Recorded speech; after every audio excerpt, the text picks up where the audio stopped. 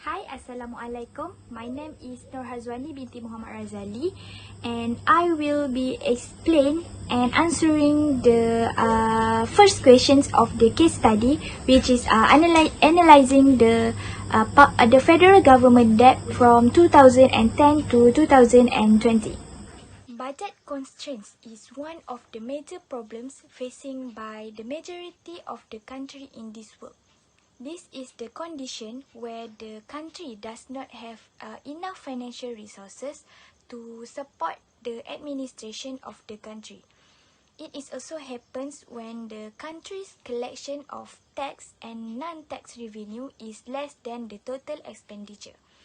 When this situation happens, the country need to take immediate action by borrowing either from the domestic or external sources.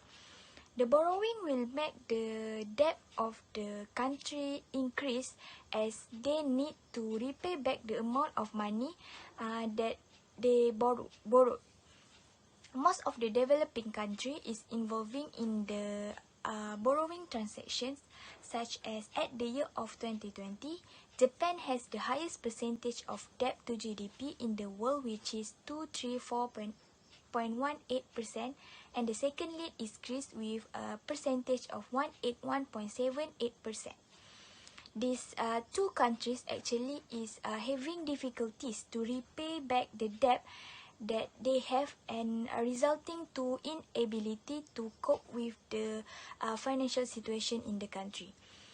Malaysia is also not accepted from battling with the debt, as at the end of September 2020, the federal government debt and liabilities is 1.2569 trillion or 87.3% of GDP, compared with 1.19692 trillion as at end of 2019. This situation is giving worry to the people whether the country is able to handle the debt that is keep increasing every year. According to the Minister of Finance, Datuk Sri Tengku Zafrul Tengku Abdul Aziz, the country still can repay back the debt and handling the fiscal deficit with the proper planning and good financial spending. There are two types of sources of federal government debt, which are domestic borrowing and external borrowing. In the domestic borrowing, it includes four other instruments, which are first, treasury bill, which is the government bonds or debt securities issued by the Bank Negara Malaysia for the government working capital. Secondly, the government investment issues, GII, which is long-term non-interest government securities based on Islamic principles, which is murabahah concept for funding development expenditure. Thirdly, the Malaysian government securities, MGS, is also the long-term bonds issued by the government to meet the investment needs of the local banks and insurance companies. Fourthly is the Sukuk Satu Malaysia issuance that based on Sharia principles, and the last one is the Government Housing Loans Scheme, GHLS. All this borrowing is usually the primary borrowing that the government do because it only deals with the local currency, which government sure can repay back. The increasing of the total debt of the country is expected to be happen every year, as our country is actually still does not have the really strong support of financial resources that lead to the borrowing is the best action. Okay, so Malaysia's 15th straight year of journey that always rising the public debt make the people or even the world questioning whether the country can continue handling the debt without making the country facing any economic crisis. The article in the case study stated that the federal government debt and liabilities rose to 1.2596 trillion or 87.3% of GDP as at the end of September. And it kept increasing until the end of 2020.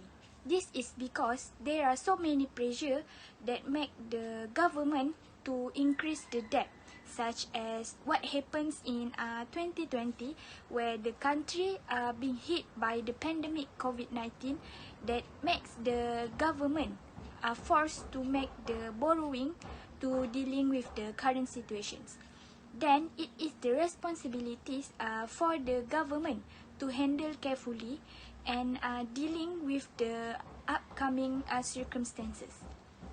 This figure shows the federal government debt, including external debt such as from World Bank and International Monetary Fund, Malaysian government investment issues (MGII), debt to GDP, Malaysian government securities (MGS), and other domestic debt. It clearly shows that the federal government debt keep increasing compared to 1970 to 1990s. The government has been always borrowing to finance the budget deficit and find the monetary resources to meet the planned expenditure. In the year of 2010, the federal government debt amounting to 408,178 with the percentage of GDP is 53%. In this year, the highest debt is going to domestic debt that the government borrowed to fulfill the demands of the people, which is the percentage is 99%. In the first quarter of 2010, the global economy improved as Asia is the leader of the economic growth. This is due to the sustained domestic demand and better global trade conditions. During this year, the gross domestic product (GDP) is increased to 10.1% compared to the previous year. The debt is still there because the country need the funding resources to help boost back the economy of the country. The government sourced a gross sum of 72,849 million from the domestic market compared to 106,881 million in 2009. This includes of 6,450 million in treasury bills as the domestic borrowing, 37,100 million in Malaysian government securities (MGS), 21,000 million in government investment issues (GII), 2,399 million in Sukuk One Malaysia issuance, and 5,9 million for government housing loans scheme. After taking into account the repayment of 39093 million, net domestic borrowings were 41759 million in 2010 compared to 62479 million in 2009. The domestic borrowing is referring to advance in ringgit Malaysia, hire purchase, leasing facilities, and also loan that come from various sources such as Bank Negara Malaysia. The domestic borrowing is high because it is still the primary sources of funding for the government, while for the external borrowing, the total in the year of 2010 is 13785 million with 10% percentage and 5% for the GDP. This external borrowing is decreasing 3% compared to the previous year, where the external loan is exceeding 13% of the total debt for the federal government. The government also expected to spend on operating expenditure for the debt in the budget of 2010 is amounted to 15,889 million, including repayment of the federal government debt and also other related interest. As a result of the unbroken 15 years of deficit, the federal government debt has expanded by 11.5% per year to 456.1 billion or 53.5% GDP as at the end of September 2011. It is increased compared to the previous year and still below the self-imposed limit of GDP of the country. The amount of domestic borrowing is 10722 million compared to 72849 million in the year of 2010. This includes the treasury bills amounting to 6810 million, 57312 million Malaysian government securities MGS, 36 million in government investment issues GII, and 7 1 million for government housing loans scheme GHLS. After the exact calculations, the government need to repay back amounting to 595554 million, which comprise all the types of borrowing in the domestic borrowing as stated earlier. Meanwhile, for the external borrowing, there have been the existence of the external borrowing in this year, whereby the international capital market borrowings amounted to 5961 million, and the project loans amounted to 508 million compared to 449 million in 2010. The amount of the borrowing and the amount of repayment considered as the government debt does not have the huge gap or does not so much differ. The government must play their roles to repay back what they have been borrowed to make sure that the economy of the country become sustained and also develop at the same time. Next, for the year 2012, the total amount of federal government debt is amounting to 503.2 billion, which translates to 54.8% of debt to GDP ratio. It also facing increase compared to the previous year. All the government debt keep increasing from 2010 to the end of 2020. The government is still focusing in the domestic borrowing as the primary sources of funding to help the economy of the country remain sustained. The domestic borrowing for this year is 108,274 million compared to 107,222 million in 2010. This includes of 6,530 million in treasury bills as the domestic borrowing, 54244 million in Malaysian government securities MGS, 442,000 million in government investment issues GII, 4,593 million in Sukuk Satu Malaysia issuance, and 5,500 million for government housing loans scheme GHLS. The maximum borrowing for the Sukuk is not more than 55% of the GDP. There have been the rules and regulation for the government to spend for the borrowing fund that the treasury have been set up. It includes the framework of the security officer who handles the things related to the borrowing and also the debt, and also the framework of the treasury, who is the organization or body that responsible to administer the federal government monetary transaction. In the year of 2012, there have been no markets loan under the external borrowing happens. The loan for the project is 684 million, which is more high compared to the year of 2011, which is only 5088 million.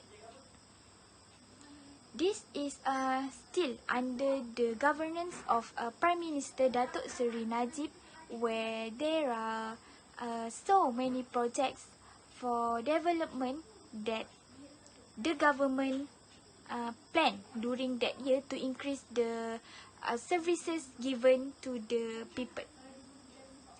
It also to help develop the country, and that is why the government increasing the project loans under the external borrowing that become the debt for the country.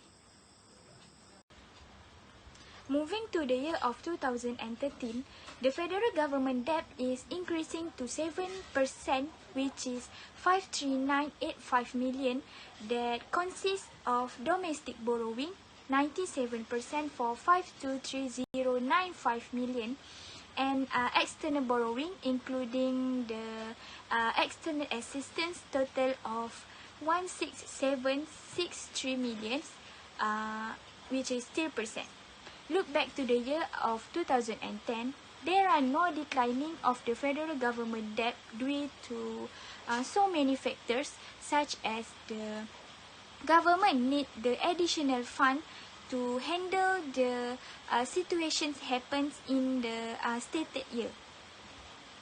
Domestic borrowing permanently become the highest debt or borrowing for the government because it includes the Treasury Bills (TB), Malaysian Government Securities (MGS), Government Investment Issues (GII), Sukuk Satu Malaysia Issuance, and also the Government Housing Loans Scheme.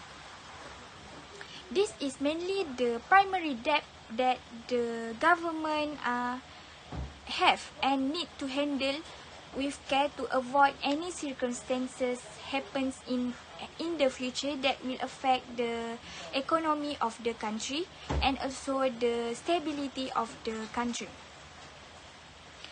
In this year, the treasury bills is amounting to 6630 million, which is slightly a bit different with the previous year.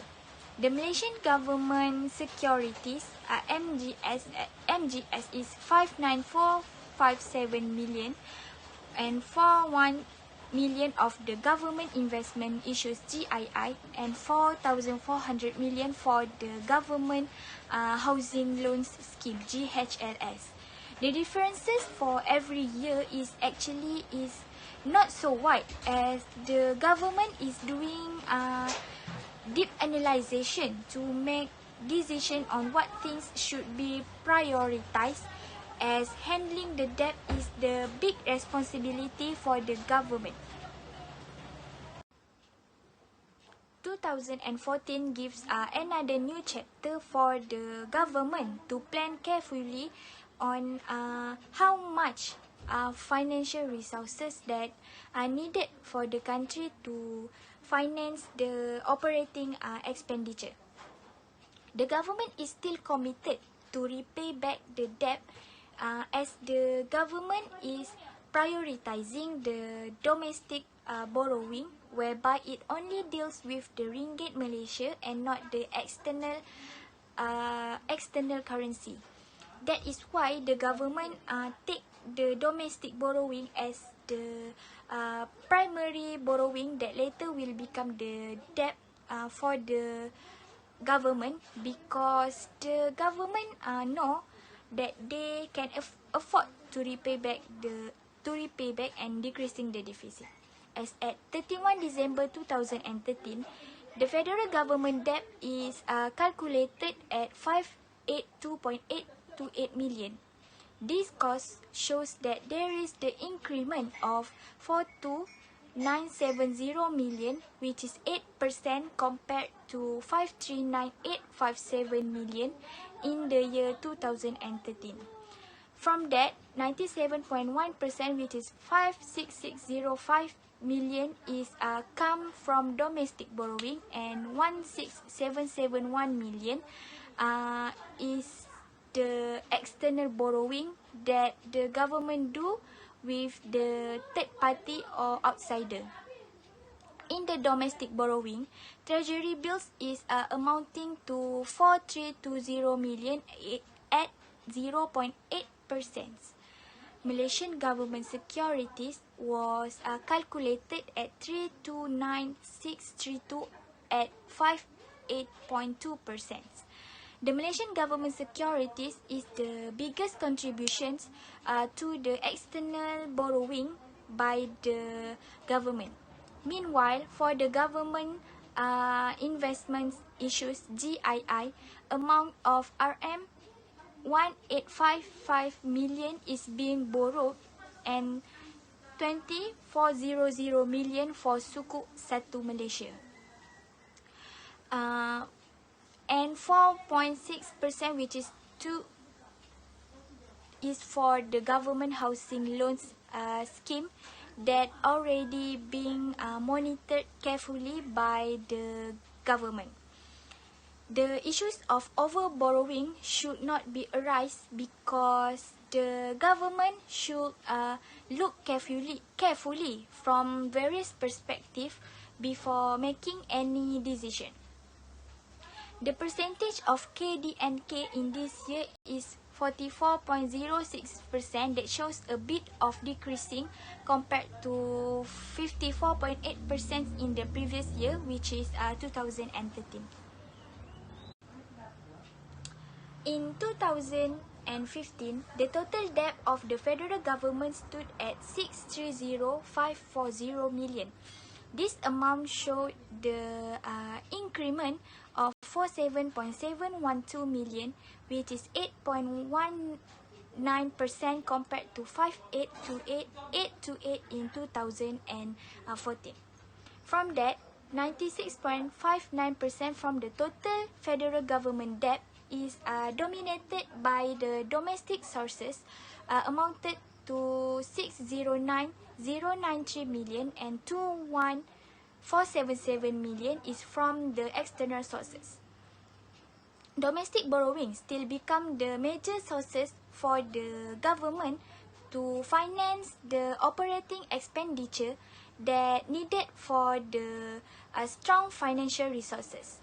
The total of domestic debt is divided into 5 instruments, mainly first, 47 million is for the treasury bill, 214 is from the government investment issues GII with the percentage of 35.14% that facing an increment, which is 10,431 million compared to the year 2014. The third is a Malaysian government securities MGS, which amounted to 340,063 million with the percentage of 55.83%. 21,900 government housing loans scheme, and lastly 28,400 with million with the remaining percentage of 4.66% for the Sukuk Satu Malaysia issuance. The Sukuk Satu Malaysia issuance that the government take is also facing increment of 8 million compared to the previous year. The percentage of KDNK of the country is still manageable, which is 54.5%, and also shows a bit increasing compared to the previous year, which is 54.06%. My name is Amira Hafiza binti Muhammad Nizam. The total debt of federal government in 2016 stood at 648.4 billion ringgit, or 53% of GDP, which is below the self-imposed limit of the GDP, which is 55%. A self-imposed limit of GDP can be described as some rules or regulations towards some components.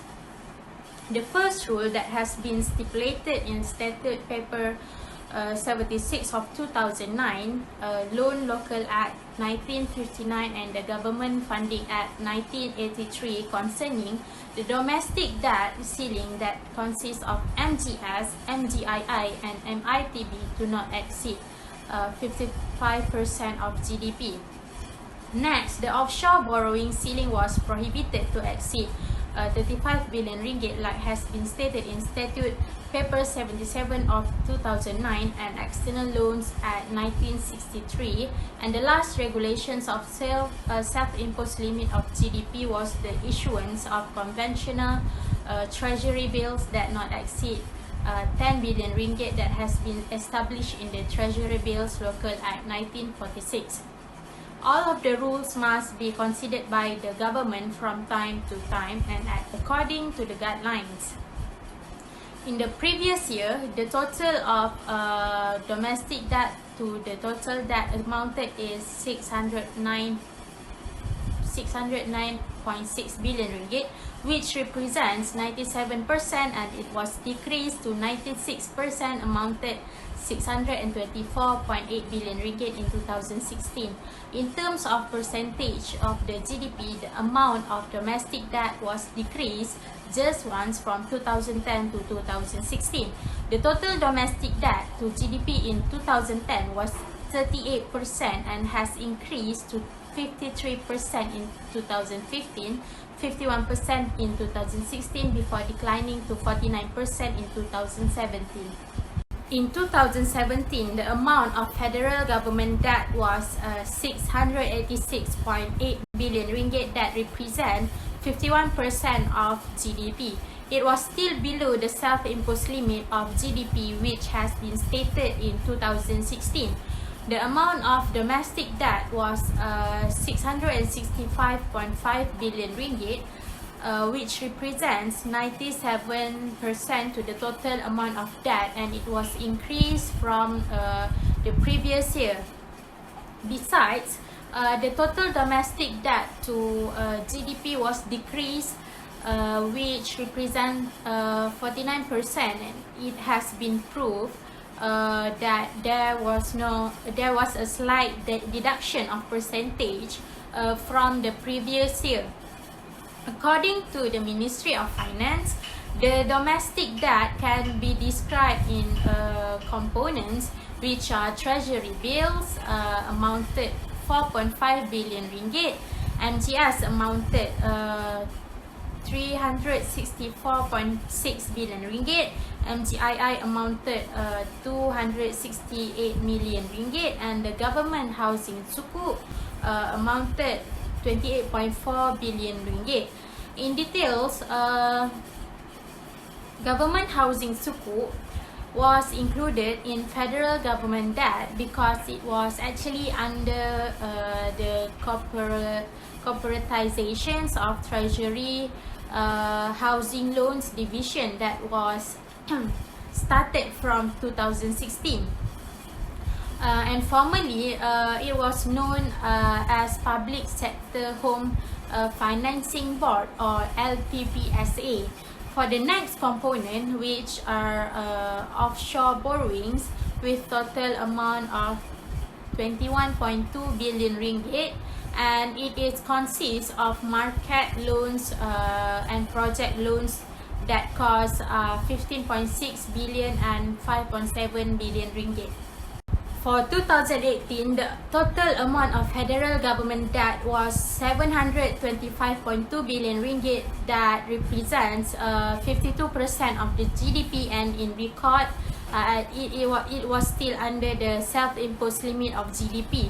Furthermore, the Ministry of Finance said that with ample liquidity besides an advanced domestic debt market, the federal government debt management and refinancing risk was still manageable. The amount of domestic debt was 700.1 billion, which represents 97% to the total amount of debt, and it was constant with the previous year. Moreover, the total domestic debt was increased to 50% and it was slightly increased by around 1%. In 2018, the treasury bills as one of the components of domestic debt was increased compared to 2017. That amounted 7.5 billion ringgit. Not only that, MGS also has been proved to be increased to 376.7 billion ringgit, and this shows there was about 12 billion ringgit additional amount for the year 2018. In terms of government housing sukuk, it was recorded that there was no additional amount of that, which the amount was the same with the previous year, which is cost 28.4 billion ringgit. In addition, for the offshore borrowing components, with total amount of 21.1 billion ringgit, where it has been slightly decreased compared to 2017. Hence, the amount of market loans and project loans were slightly decreased from the previous year too, with amount 15.5 billion ringgit and 5.6 billion ringgit respectively. For 2019, the total amount of federal government debt was 792.9 billion ringgit, that represents 52.5% of the GDP and constantly still under the self-imposed limit of GDP. For instance, the amount of domestic debt was 764.2 billion ringgit, which represents 96% to the total amount of debt, and it was slightly decreased from the previous year, whereby the total domestic debt was increased to 50.6% and slightly increased by 0.6% from 2018. For this year, the total amount of treasury bills in the domestic debt was 4.5 billion ringgit, and it was proven to be decreased compared to the previous year. At the same time, the amount of MGS was 394.1 billion ringgit, and it was recorded to be increased around 17.4 billion ringgit from 2018. Another term for government housing sukuk was known as SPK, which can be defined as the government financing the public administrators housing loan for this year. SPK with the amount of 26.8 billion ringgit from the federal government debt and has only 3.4% to the amount of total debt. Other than that, the total amount of offshore borrowings was 28.7 billion ringgit, which increased compared to the previous year.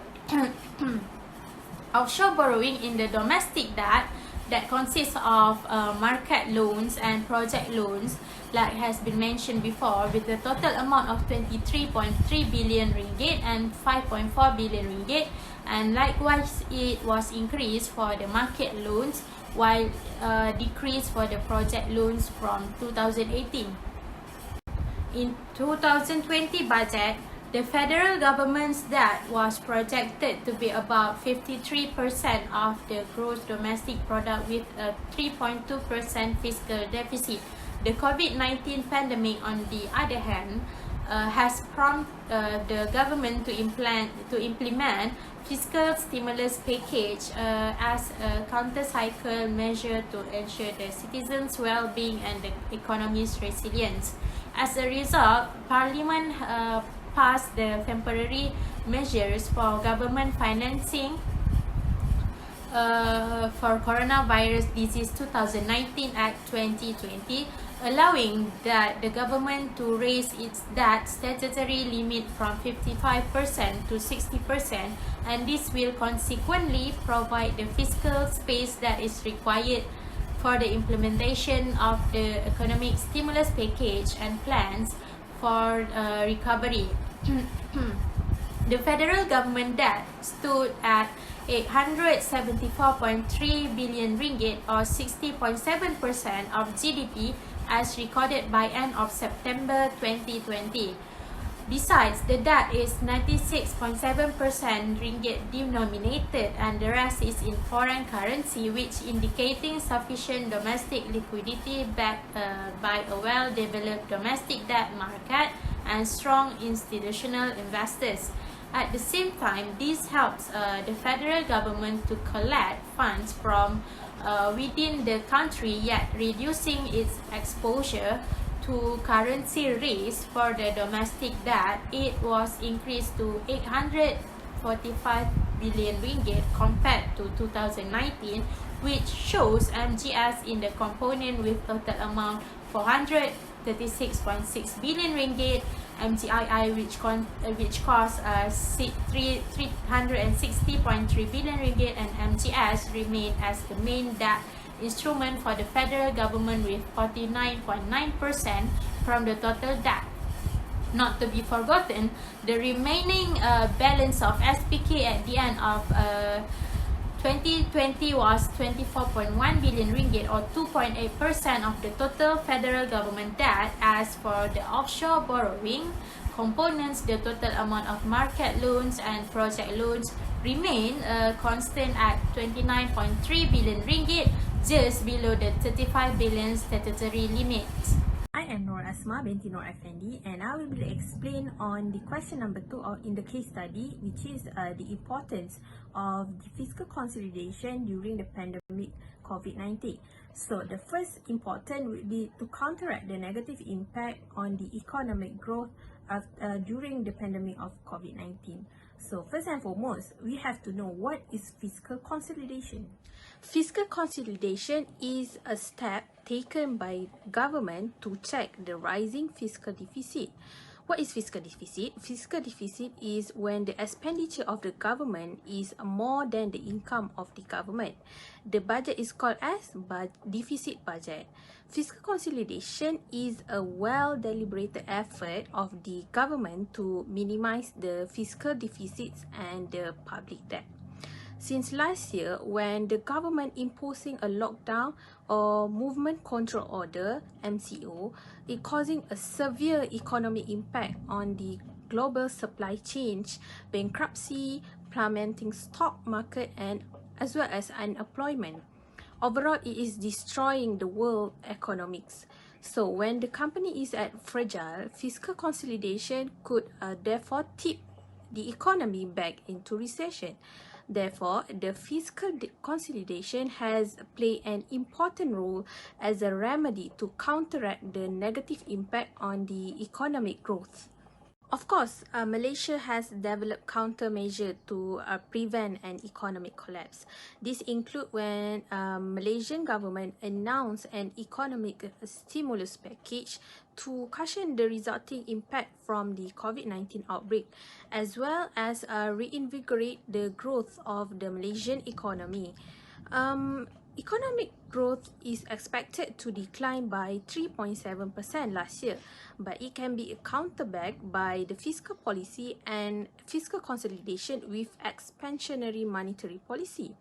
This can be seen when the Central Bank of Malaysia supply more accommodative monetary environment by lower the overnight policy rates from 2.75% to 2.5% last year.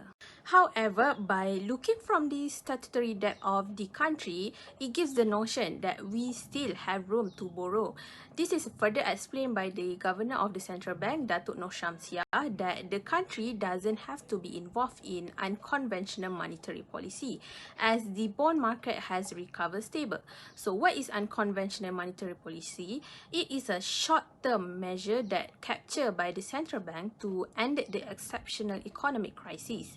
If the monetary policy instrument like open market operation fail to reach its desired effect, it usually happen when the major economic crisis happen.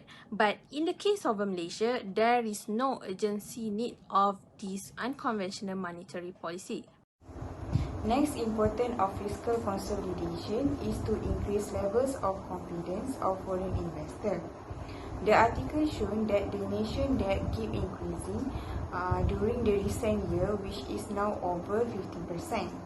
Due to the pandemic of COVID-19 that attacked worldwide, every country have to face a problem in managing and handling the situation. The effect of COVID-19 can be seen in many aspects. In terms of financial, government need to spend wisely the income of the country, since during the pandemic, government need to spend more money in the action to control the spread of COVID-19 among the citizen. But too much spending then will lead to the creation of government debt. Government need to borrow money when the expenditure of government is large or beyond than the income or revenue that the government get.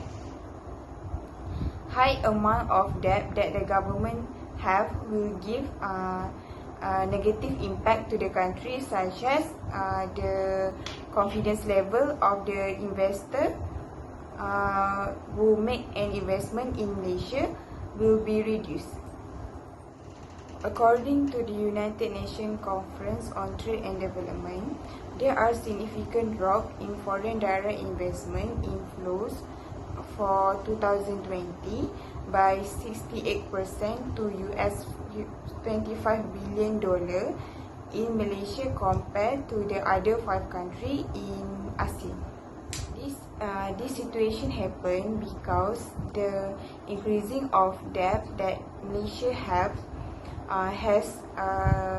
give influence to the confidence level of the foreign investment in Malaysia, because the investor that want to invest in a country, they need to have confidence that the country will give them the benefit of the investment.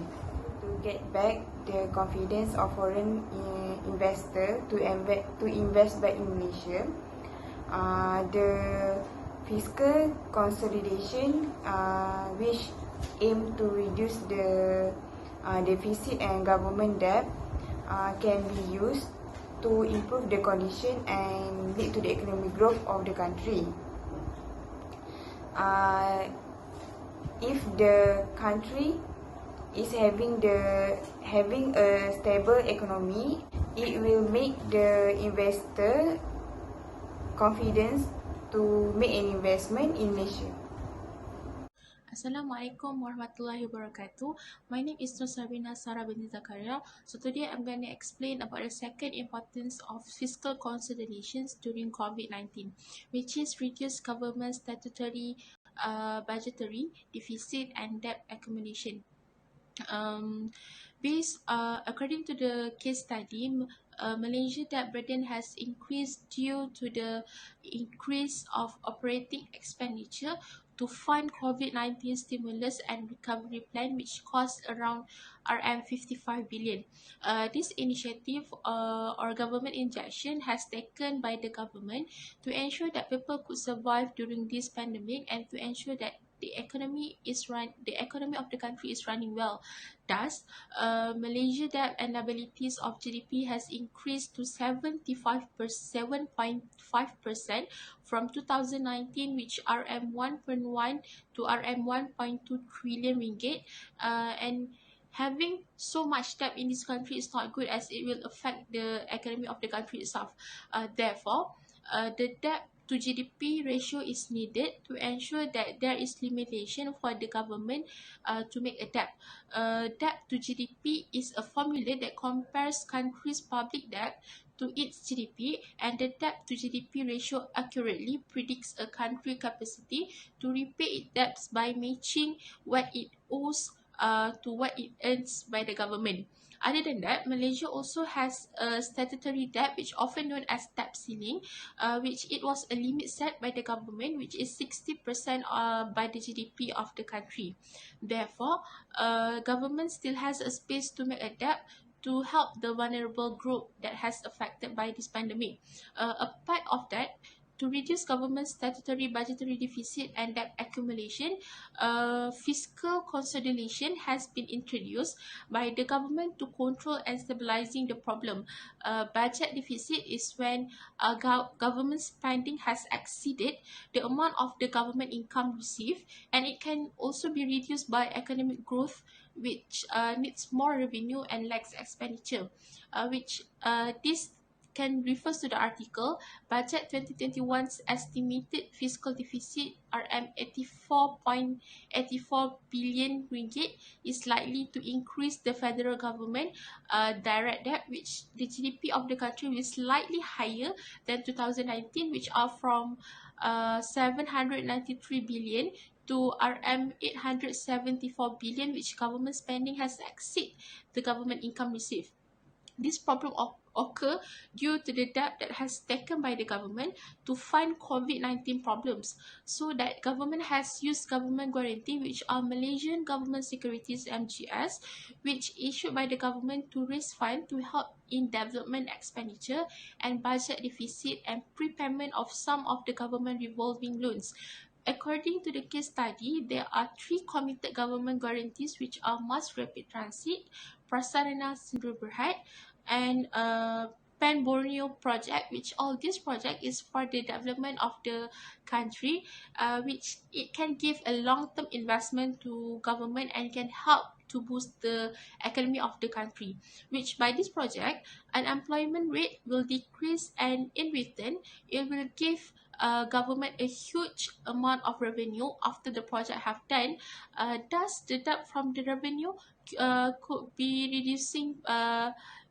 The debt from the revenue could be reducing by the revenue that has been done by the project. As for conclusion, high levels of government debt would have economic and financial consequences. Besides, growing government debt could stifle private capital formation and result to productivity growth. This issue is aggravated if the government spends more money on pointless programs or tax breaks for existing politicians' business associates. Furthermore, as debt levels rise, policy trade-offs between debt management, fiscal policy, and monetary policy can become necessary.